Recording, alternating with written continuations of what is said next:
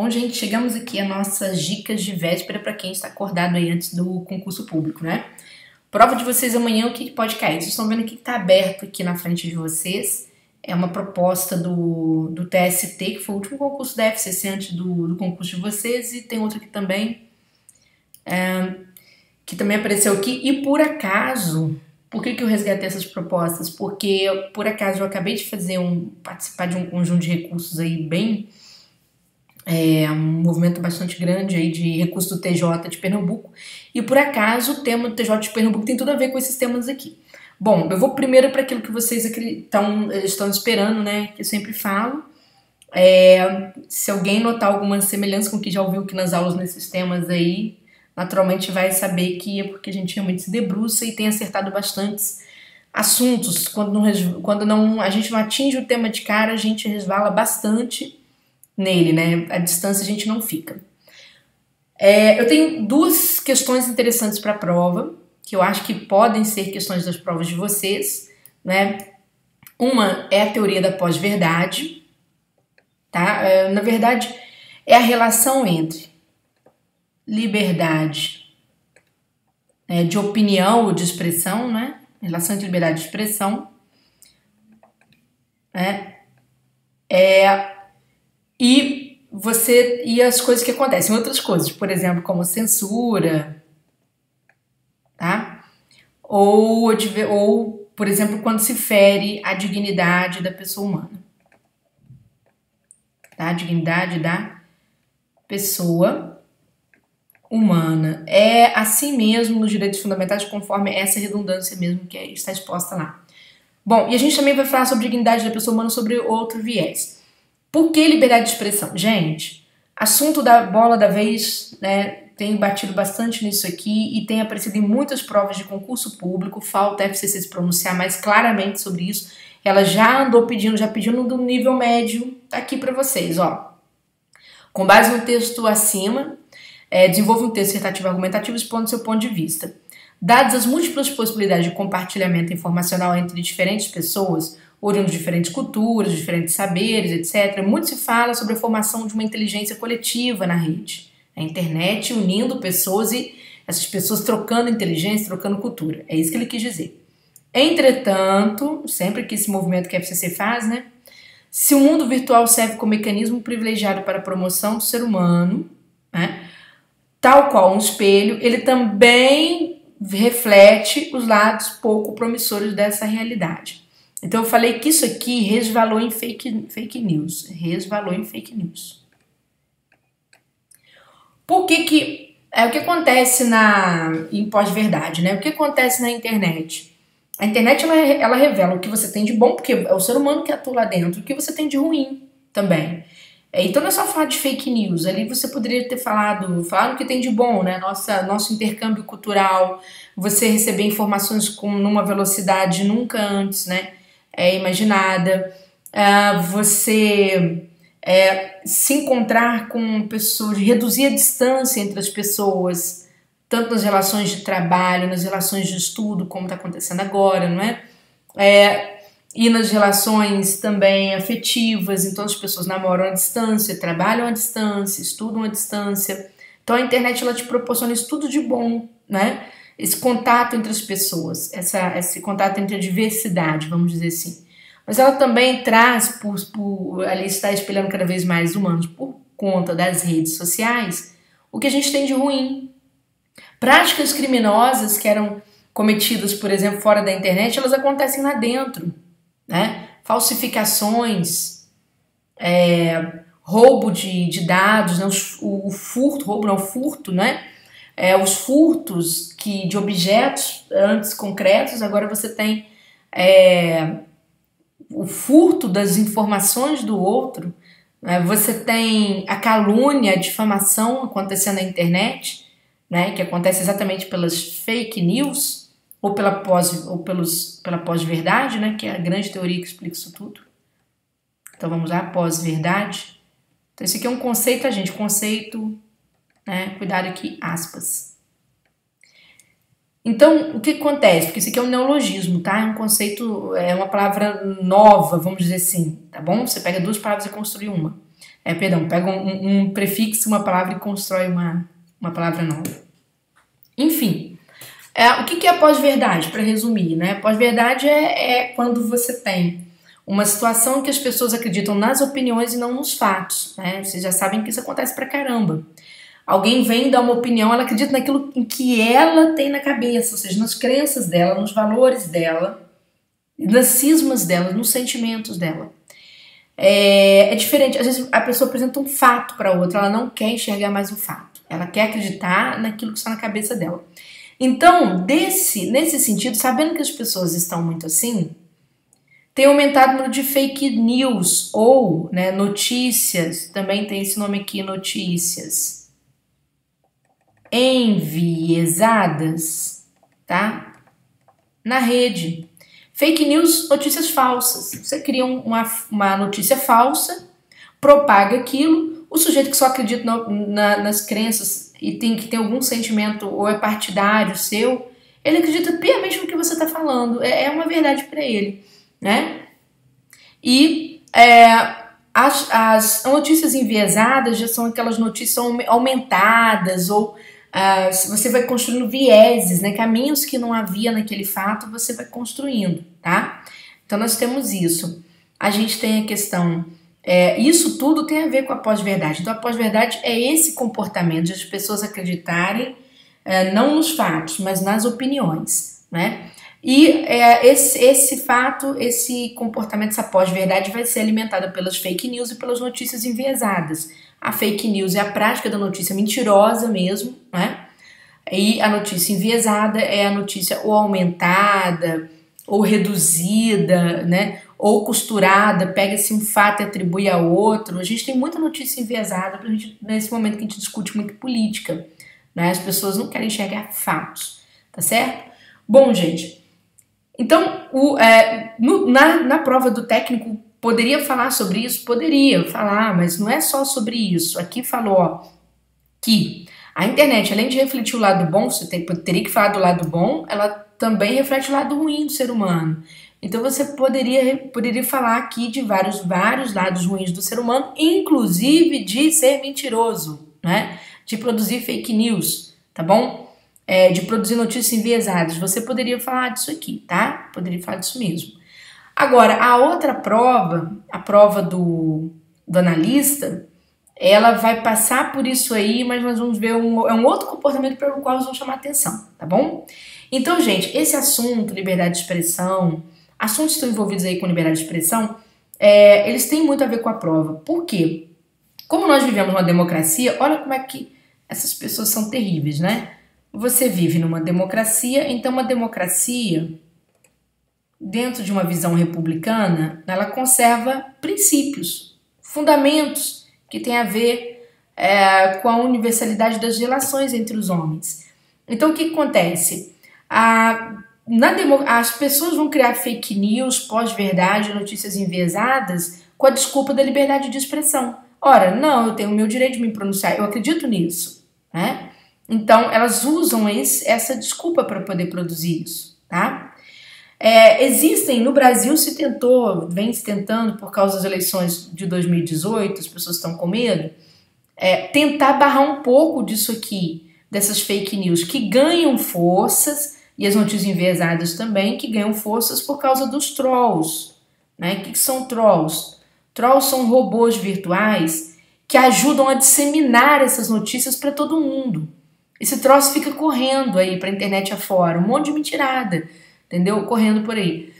Você vê muita questão envolvendo propaganda, né? E tudo. Tanto que existem sistemas na internet de verificação de quem está mexendo, por exemplo, ou de quem está acionando. Você vai, por exemplo, quando tem um tipo de votação, sei lá, Big Brother, então você vai lá dar seu voto lá ou vai participar da pesquisa do UOL. Então aparece uma mensagem automática pedindo para você digitar determinados caracteres ou para você clicar e dizer que você não é um robô, tá? Então são mecanismos que eles tentam criar. Hoje se discute muito os riscos das notícias enviesadas, da fake news e da pós-verdade. Por quê? Gente, não foi há tantos anos assim, no século XX, a gente conheceu uma coisa horrível, tá? Que foi o totalitarismo que se espalhou pelo mundo inteiro, né? Mas o totalitarismo não tem nenhum bom, né? Isso que é verdade. Todos são muito ruins. E nós tivemos o mais expressivo deles, certo? Que foi o nazismo. Houve toda uma programação, tá bom? Então, antes de ficar falando que os nazistas eram de direita e esquerda, tem que ler sobre isso, né? Senão a gente fica engolindo mentiras, tá? Por aí. Então, o que acontece? O nazismo, ele contava com um ministro na área de comunicações, que era o Goebbels. Ó, tem 2 B's aqui, né? Era o Goebbels. E o Goebbels, ele era um cara assim, tão inteligente dentro do nazismo. Ele é dono daquela famosa frase, né? Uma mentira dita 1000 vezes torna-se verdade, tá? Então, quer dizer, se você tem uma mentira aí que é repetida 1000 vezes, vai tornar-se verdade e uma hora fixa. Então, quer dizer, aí hoje nós temos, por exemplo, o Goebbels ele tinha alguns princípios muito interessantes que a mídia conhece muito bem, né? Eu trabalhei muito com análise do discurso religioso, análise do discurso midiático, eu trabalhei mesmo com isso. Então a gente conhece todos os princípios por trás do discurso religioso, por trás do discurso também, do discurso político, né? E tudo. Então você tem o quê? O Goebbels ele tinha 11 princípios que se tornaram muito famosos na área da comunicação, né? E que princípios eram esses? Por exemplo, princípio do contágio, né? Você cria uma notícia e você precisa fazer com que ela contagie outras pessoas, né? Hoje na internet, quem faz esse serviço sujo, né? Os trolls, que são esses robôs virtuais, tá? Ele tinha lá também o princípio do inimigo único. Você tinha que fazer a sociedade acreditar que você tinha um inimigo único, que não pode fazer todo mundo, senão fica disperso o pensamento. Então, como era uma questão política, se mira um inimigo único e o tempo todo faz uma propaganda muito forte até derrubar esse inimigo. Derrubou o inimigo, o resto não interessa. Então as pessoas não têm força ou ficam esperando uma opinião acontecer para que elas possam agir, né? No Brasil, por exemplo, nós temos esse caso aí muito evidente, o caso aconteceu impeachment, depois do impeachment ninguém fez mais nada. Então, a eleição de um inimigo único. Não estou aqui defendendo ninguém, tá? Estou explicando exemplos. Depois você tem... então, quer dizer, são muitos princípios que ele vai tocar aí nesses 11 princípios, né? Você tem o princípio também que ele chamava, que era o princípio de... Oh, meu Deus, como chama quando você faz uma coisa errada? Eu vou lembrar o nome, tá? Não é que você faz uma coisa errada, é o princípio da vulgarização. Isso, o princípio da vulgarização. Ou seja, tudo que o inimigo faz é vulgar. Aquele que não é inimigo quando faz aquilo é simpático, é bonito, tem adesão, tá querendo se aproximar do povo, não é? Cito um exemplo bem simples. Se você pegar um inimigo político hoje no Brasil, por quem a classe média lutou muito, né? Se qualquer coisa que esse inimigo vai fazer, se ele arrumar uma namorada, nossa, que vulgar pra idade. Mas se for outro, nossa, uma senhora bonita, bem apessoada, né? Então, o outro toma o status de beleza, ele vai enfeitar o poder, né? O inimigo não, ele enfeia o poder. Então, o Goebbels, isso, gente, que se faz hoje não é novidade, né? Foi a inteligência alemã nazista que criou esses sistemas, assim, ou aperfeiçoou esses sistemas, porque na verdade fake news já existe desde que o homem nasceu, não é? Ele aperfeiçoou isso muito bem, né? E sabe que como a classe média é movida por opinião, porque o pobre é movido pelo fato, ele é movido pela fome, não é? Quando você tem uma sociedade muito pobre, a pessoa ela fica ali movida pela fome. Então, boa parte das religiões também se aproveitaram desses 11 princípios do Goebbels, né? A publicidade se aproveitou dos 11 princípios do Goebbels, porque são 11 princípios extremamente convincentes. Eles funcionam mesmo, porque se não funcionassem, a gente não estaria querendo aí dar fim à democracia em busca de um Estado totalitário de novo. Então as pessoas, os riscos da sociedade da pós-verdade são enormes, né? Você tem riscos, por exemplo, de divisões dentro de um mesmo país, né, de uma mesma nação, divisões sérias e irretratáveis, né? O país pode acabar se dividindo. A gente viu várias repúblicas aí em outros lugares que simplesmente a Iugoslávia, por exemplo, ela rachou, né? Então tudo começa dessa forma. A própria Síria, gente, a Síria era o Brasil ontem. A Síria, olha, eu tenho amigos sírios. A Síria era o Brasil ontem, tá? Então, quer dizer, era o Brasil no passado, um país super tranquilo, super de boa. E de repente, que é toda aquela mistura de opiniões, de adversidades são causadas internamente, e é lógico que tem Estados Unidos por trás de tudo que acontece no mundo. Não querem ninguém bem, lógico que não. Então acontece, eles conseguem fazer com que a mídia local se envolva nesse processo todo e desestabilizam qualquer um que queira crescer, certo? Não pode. Imagina nós aqui no Brasil, porque nós falimos, sim, várias coisas, mas nós falimos sobretudo por uma carga de propaganda pesada contra o próprio país. Então, quer dizer, se o país está mal, o que você faz? Vamos tirar o governo, é mais fácil trocar. E não é fácil, a gente está vendo que não aconteceu nada. Né? Pelo contrário, a roubalheira ela continuou, porque ela já estava instaurada. Então, não adianta achar um inimigo único, né? Senão a gente cai na teoria de Goebbels. E a gente fica acreditando nas opiniões em vez de observar os fatos. Então nós temos que prestar atenção aos fatos. Bom, mas eu tô falando nós temos, na verdade a questão é a redação que você vai desenvolver, né? Então vejam, às vezes as pessoas uma vez, coincidentemente, um aluno falou assim: Júnior, você é muito de esquerda, não vou fazer curso com você mais não. Eu falei: cara, não sou eu não, é a banca. Essas questões são acadêmicas, elas não são minhas. Tá aqui no papel, ó. Entretanto, se o mundo virtual serve de mecanismo privilegiado para a projeção do ser humano, tal como espelho, ele também reflete aspectos pouco promissores da realidade palpável. Então nunca mais faço aula da FCC? Deixa de ser bobo, não é só FCC não. Vou mostrar para você, quer ver, ó. Peraí. Olha só, isso aqui não é FCC não. Isso aqui é uma banca pequenininha, IBFC. Acabei de corrigir um monte de provas aí na fase recursal desse concurso. E olha o que nós temos. Olha a pergunta aqui do IBFC. São todas as bancas de concurso público. Qual é o espaço da verdade nas relações interpessoais na sociedade contemporânea? Será que a verdade tem espaço? Os fatos têm espaço? Ou será que nós estamos assim conduzidos pelas opiniões? Então, possivelmente a gente deve enfrentar um tema desse em prova, tá? Se não houver um tema sobre fake news, a gente deve enfrentar um tema ligado ao princípio, ao respeito à dignidade humana.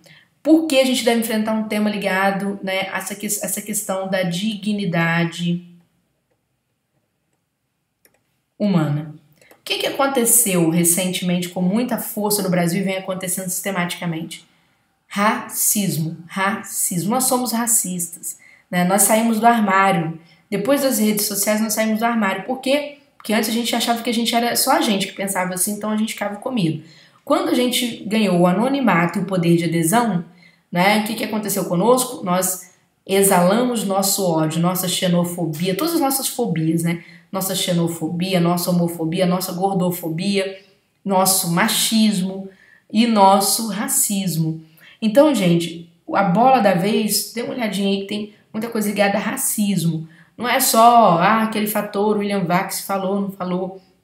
São muitos fatos, tá certo? Nós temos aí ligados à intolerância, basicamente a intolerância ao racismo, a intolerância de um modo geral, né? O Brasil tem recebido imigrantes, a gente sabe o que essas pessoas estão passando aqui no Brasil. O Brasil não é um país assim tão, como dizia o Roberto da Mata, não é um país tão cordial, né? Nós somos um país bastante, nós somos pessoas, então nós não somos nada cordiais, né? A gente é muito cordial com quem a gente acha bonito, é o nosso lado de opinião, né? Aquele que nos coloniza nos faz enxergá-lo como bonito, né? Aquele que é colonizado nós enxergamos como feio.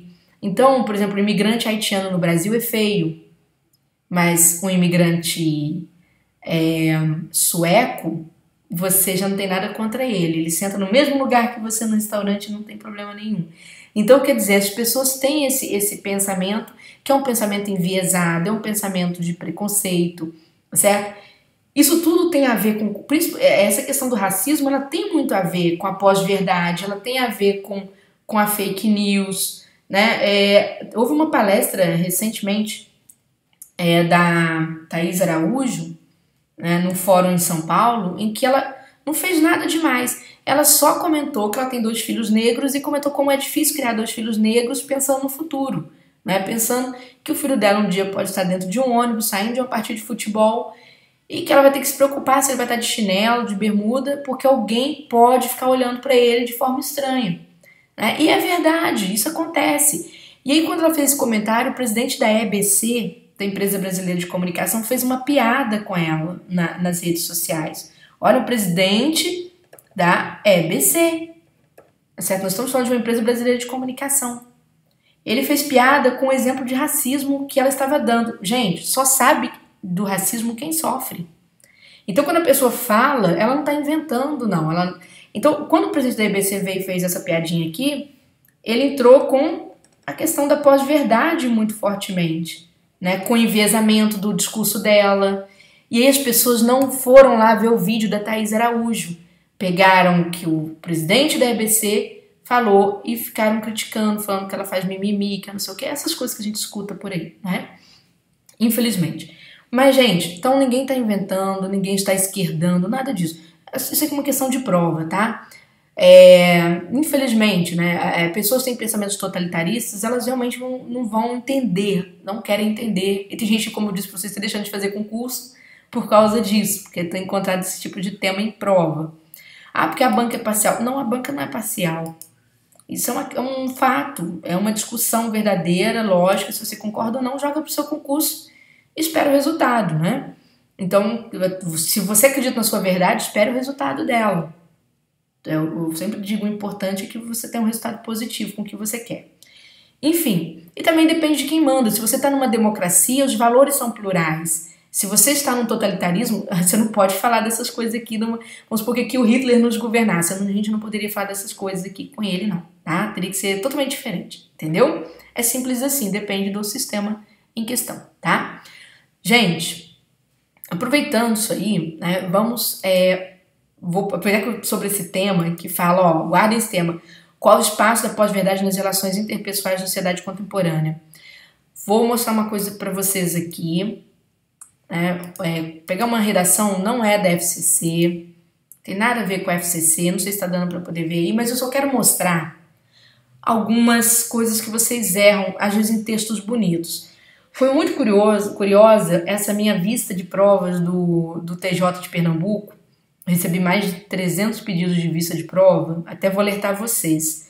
Quem for fazer recurso, gente, mande no primeiro dia. Porque eu só vou agora revisar 100 textos, não vou, porque a vista é gratuita, é para falar se cabe recurso ou não, é só para isso. E eu sou muito honesta mesmo e digo quando eu acho que cabe. Lógico que não dá pra gente julgar tudo, que cabeça de examinador é uma coisa, cabeça da gente, a gente vai pelo fato de ser o examinador que ela está, vai pela opinião. Então a gente procura debater isso com o aluno, para ver o que ele acha da redação dele. E até porque as minhas análises eu mostro para o aluno onde é que foi que ele errou. Então houve uma procura muito grande disso aí. E foi muito interessante, porque eu pude depois, na hora que acabou aquele furacão de coisa, analisar algumas questões interessantes em texto. Por exemplo, eu peguei muitas redações muito bem escritas, mas muito bem escritas. E o aluno, naturalmente, muito indignado, né? Então, por isso que eu entrei nesse assunto com vocês, muito indignado. Por que da indignação? Gente, porque concurso não vê beleza em redação. Coloque isso na cabeça de vocês. Concurso vê cumprimento de critérios. Cumprimento de critérios. Então, quando você vai estudar uma redação para concurso, se você estudar uma redação do CESP, é completamente diferente de você estudar uma redação da FCC. São naturezas completamente diversas. Na FCC, deixa eu sair um pouquinho daqui e voltar para cá, ó. Na FCC você precisa fazer isso aqui, ó, né? Resgatar, você só pode trabalhar com o que está aqui, tá? A FCC só aceita que você trabalhe com as informações que estão acima, que você as amplie e exemplifique, tá certo? Então ela não vai aceitar que você trabalhe com informações além. O CESP não, o CESP ele aceita informação além, ele não exige muita fundamentação. A FCC não, já é um pouco mais buraco, já é mais embaixo. Então, por exemplo, aqui nós temos, ó, daqui a pouco eu mostro a redação, tá? Com base no texto acima, desenvolva um texto dissertativo argumentativo. Então, você tem que desenvolver um texto em que você vai apresentar ideias, ter opiniões muito claras sobre suas ideias e fundamentá-las. Não pode ter verbo no passado, tem que evitar, hein? Pode ter umzinho, tem que evitar, senão foge a tipologia. Muita gente erra isso. Vamos lá. Ameaça atual não é a passividade. Olha o tema. O texto é o tema. Ameaça atual não é a passividade. Então, preste atenção no que você está lendo. Mas a pseudo-atividade. O que é pseudo? Falso. O impulso de participar, de mascarar a nulidade do que está ocorrendo. Tá vendo? Participar sem, sob aspas. Por quê? Ou seja, não é bem uma participação, né? Então vamos lá. As pessoas intervêm o tempo todo. Acadêmicos participam de debates. São debates verdadeiros? Não. Sem sentido. E assim por diante, enquanto o que é verdadeiramente difícil é dar o passo atrás, excluir-se de tudo. Gente, de novo o falso na prova de redação da FCC.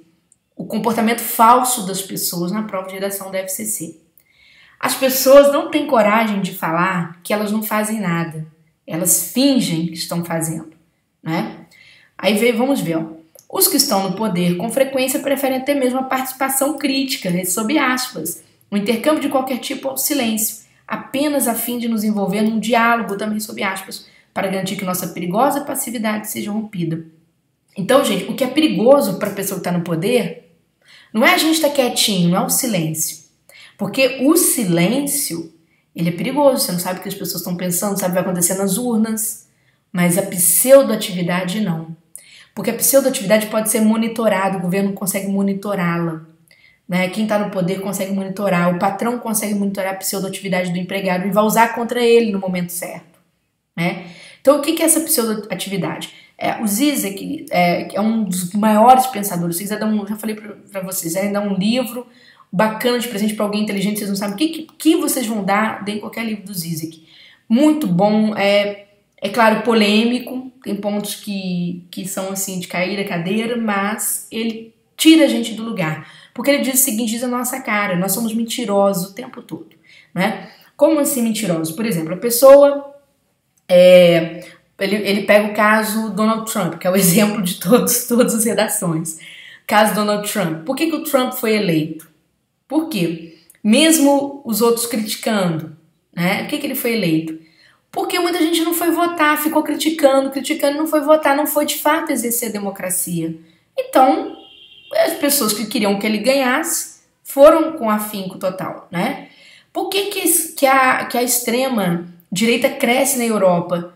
Porque o centro e a direita e até a direita, o centro, a direita e a esquerda não se manifestam contra a extrema direita, ficam lá falando, mas não tomam uma decisão, não fazem uma campanha clara contra isso, né?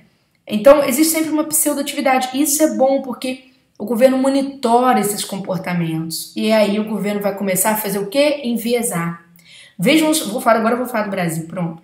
Vejam as propagandas sobre previdência, reforma trabalhista e reforma do ensino. Estão saindo no horário do Jornal Nacional. Todo mundo está lá assistindo e tal.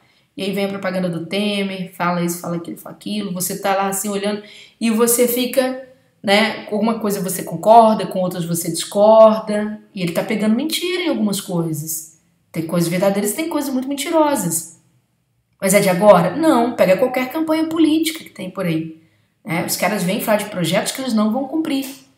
E às vezes inventam coisas. Eu lembro na campanha do Dória, por exemplo, que ele falou que aumentaria a velocidade das marginais, porque isso não tinha nada a ver com as mortes no trânsito, sendo que os dados do Departamento de Trânsito de São Paulo eram exatamente ligados a mortes no trânsito por causa de alta velocidade. Então, a opinião está acima da verdade, né? E a gente não procura saber. Então, essas coisas acontecem demais. Você tem sempre há essa intenção de sempre insuflar, vamos dizer assim, as pessoas vão insuflar os números para poder conseguir poder, né? Por exemplo, você vai notar que mesmo a Dilma, quando quis lá ganhar a eleição, uma série de discursos, havia números bons sim, mas você tinha também uma série de promessas que a gente sabia que não seriam cumpridas. Então, que não havia condições no país de se cumprir isso daí, mas era preciso ganhar de qualquer maneira. Então, vejam que as pessoas pensam nos fins e não nos meios. E essa pseudo-atividade das pessoas vai fazer com que elas sejam cobradas mais duramente mais tarde, né? As pessoas, é sempre assim, é alguém fingindo que está fazendo e o outro fingindo que não está olhando, né? E depois quem está fingindo que não está olhando cobra de quem fingiu que não estava fazendo alguma coisa. Então, essa questão está bem interessante em concurso.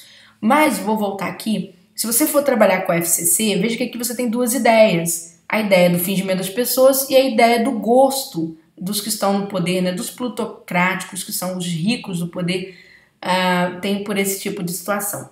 Então, você pode dividir sua redação em 2 argumentos. Não tem problema ficar com 2 argumentos quando você tem 2 ideias. Você trabalha com 3 argumentos quando tem 3 ideias. Porque o importante, gente, na FCC, preste atenção, não é ficar nem mais do que está aqui, você não pode falar além do que está aqui e nem menos. Tem que tomar cuidado, vocês têm mania de abandonar a última informação, tá? Vocês ficam muito preocupados com a primeira parte.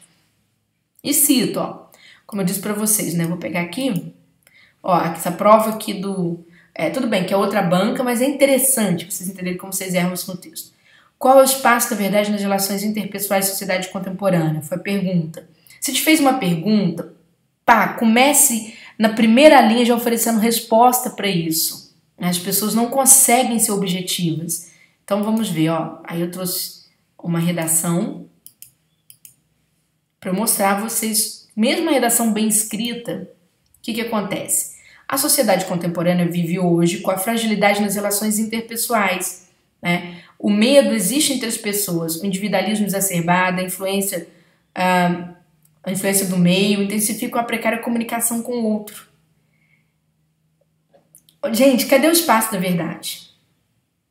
A gente ficou aqui só com a questão da individualidade, do individualismo, do medo. Qual é o espaço da verdade? Não apareceu, eu teria que falar o espaço da verdade. A verdade hoje na sociedade pós-moderna tem perdido espaço em função de um mecanismo que cresce cada vez mais, que é a pós-verdade. Ponto. A pós-verdade, ela cresce principalmente nas redes sociais, é movidas por 2 movimentos, né? Por construção de fake news e por notícias enviesadas. Ponto. Vai dissertar só sobre isso, na ordem que você trouxe.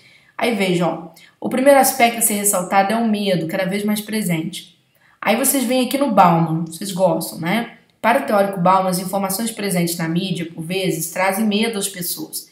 A sociedade, por exemplo, vive aterrorizada pela violência e por doenças. E esses pontos, a maioria das vezes, se intensificam através das mensagens sensacionalistas do meio midiático. Né? Veja que a pessoa não consegue falar do local da verdade. Ela fala do sensacionalismo. A pessoa soube citar o Bauman, né? Só que, se você não toca no cerne da redação, pouca valia tem, entendeu? O esforço foi em vão. Então, tomem cuidado, tá? Gente, outra coisa, quero chamar a atenção de vocês. Quando vocês estiverem dissertando, como é que se dá a construção do argumento? Você tem o argumento mais a estratégia argumentativa. Argumento é a ideia, né? Você quer falar aqui, a verdade perdeu espaço para a pós-verdade, então é uma ideia. Então você vai trazer para o desenvolvimento e vai ampliar. E aí você cita um exemplo, o exemplo é a estratégia argumentativa. Ou você cita um autor, o autor é estratégia argumentativa. Mas isso aqui tem que estar dentro de um parágrafo, tá? Não existe o exemplo descolado, gente. Eu vi isso demais em redação. Exemplo descolado da ideia não, pelo amor de Deus, certo? A ideia tem que estar junto com o exemplo, não pode estar descolado, porque senão você tem o quê?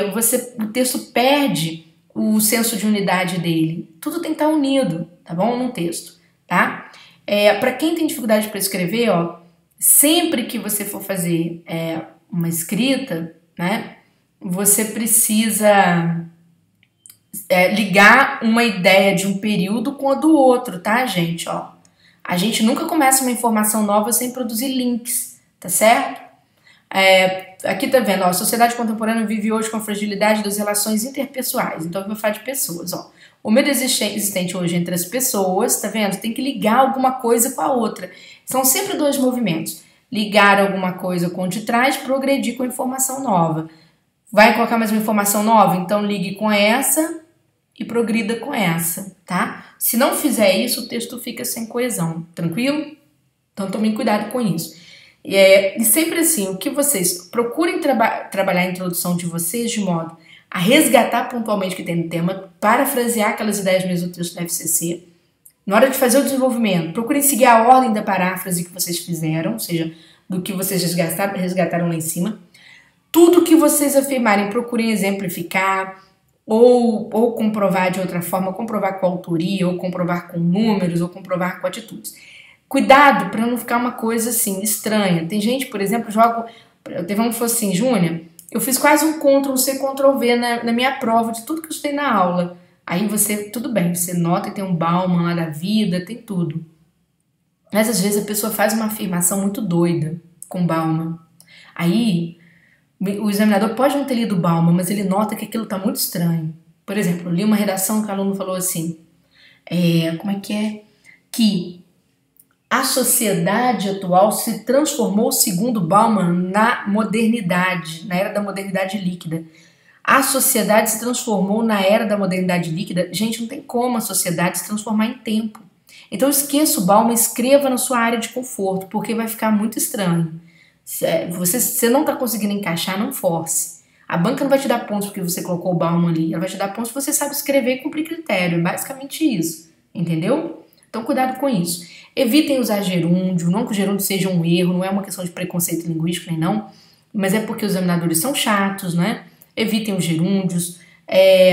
Quando você sempre começar uma sentença com uma preposição, né, alguma coisa assim, ó, vírgula, tá vendo? Sempre que você começa, a expressão, por exemplo, sempre entre vírgulas, tá? Ó, igual aqui, de fato, vírgula. Então veja se a pessoa sabe escrever bem, tá? Tem uma boa escrita, mas não tem objetividade, não teve precisão na retomada. Então deu errado.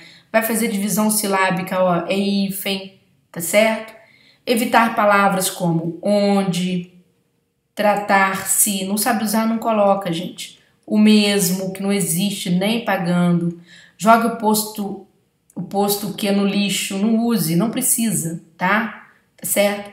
Então, esqueça essas coisas aqui. Isso aqui não vai te ajudar nada. Usou o verbo com partícula ser, faça reescrita, né? Ó, conserva-se as regras, não é conservam-se as regras, porque as regras são conservadas. Sempre que você usar verbo com partícula, você tem que tentar fazer a volta para você fazer como é que a gente faz a concordância, tá bom? Gente, então é isso.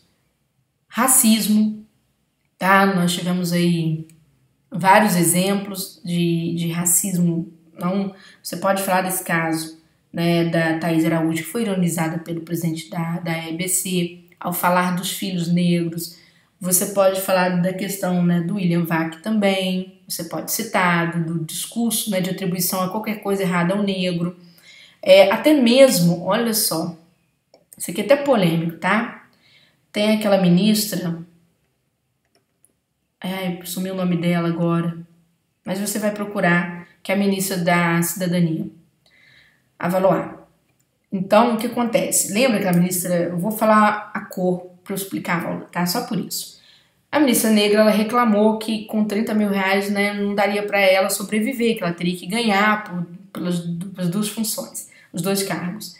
E gerou muitas críticas. Sim, gerou críticas. Nós moramos num país pobre, ninguém tem que ficar pedindo muito dinheiro, né? A pessoa que recebe 30 mil conto tem dinheiro para a realidade do país. Então a crítica que caberia a ela é esta.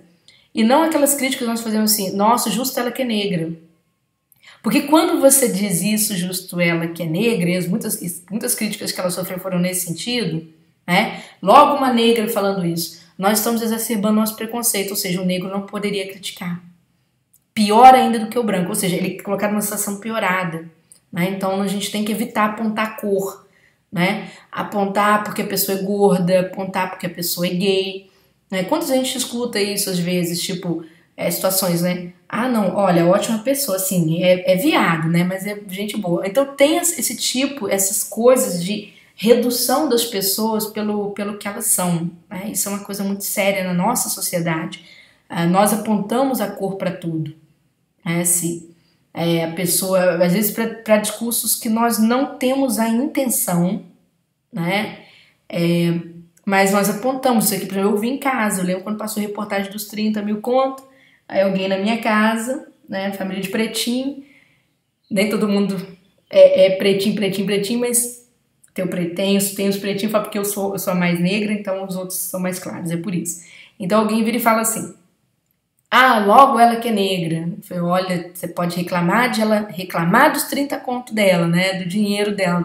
Gente, sem plural é de Minas Gerais, tá? Reclamar dos 30 contos que ela recebe, ou seja, dos 30 mil reais que ela recebe. Mas você não pode apontar a cor da pessoa como o ingrediente de que ela teria que ser mais pura. Por isso mesmo. Não tem uma coisa, não tem nada a ver com a outra. Né? A gente só está reduzindo. Então tem essa questão toda. Situações também de... nós tivemos recentemente aquela... Né, a menina, a Tissomo, que é a filha do... Ou Titi, né, que é o apelido dela, a filha do casal Bruno Galeasso e Giovanna Eubank, vai chamar muita atenção a cor daquela menina sempre, porque é um casal branco, um casal dentro dos padrões de beleza considerado bonito, né, os padrões midiáticos de beleza considerado bonito, e a menina é uma menina negra. E as pessoas criticaram o fato de eles terem adotado essa menina na África. Essa adoção aconteceu muito por acaso. É o que eu falo, as pessoas vão pela opinião e não pelos fatos, né? Então, quando você pega para ler o motivo, porque que a mãe adotou, ela estava trabalhando na África quando ela teve um encontro com a filha dela de fato, viu a criança, se apaixonou e quis levar. Esse é o motivo. Então, quer dizer, uma pessoa, né, críticas são direcionadas para ela. Na hora de você compor o seu exemplo na prova, não fica explicando muito não, tá, gente? A gente simplesmente diz, né, que o preconceito, ele tem tomado uma dimensão cada vez mais forte, mais declarada, né, no Brasil, principalmente nas redes sociais. Então você pode dizer o seguinte, né, como foi o caso ocorrido, um exemplo emblemático, tem esse recente caso, né, em que uma criança negra, filha de um casal de artistas brasileiros, é agredida, né, e comparada a um animal, pronto. Tá? Não precisa falar que os atores globais, Giovanna Eubank, a filhinha, foi agredida por uma socialite canadense, até porque esse negócio de socialite é a menina que inventou também, a gente não sabe, né? Então tem que tomar cuidado com isso. Gente, então prova de vocês amanhã, eu acho que esses dois temas aí estão de bom tamanho. Cuidado na hora de construir o parágrafo, é sempre a ideia primeiro, a prova depois, tá?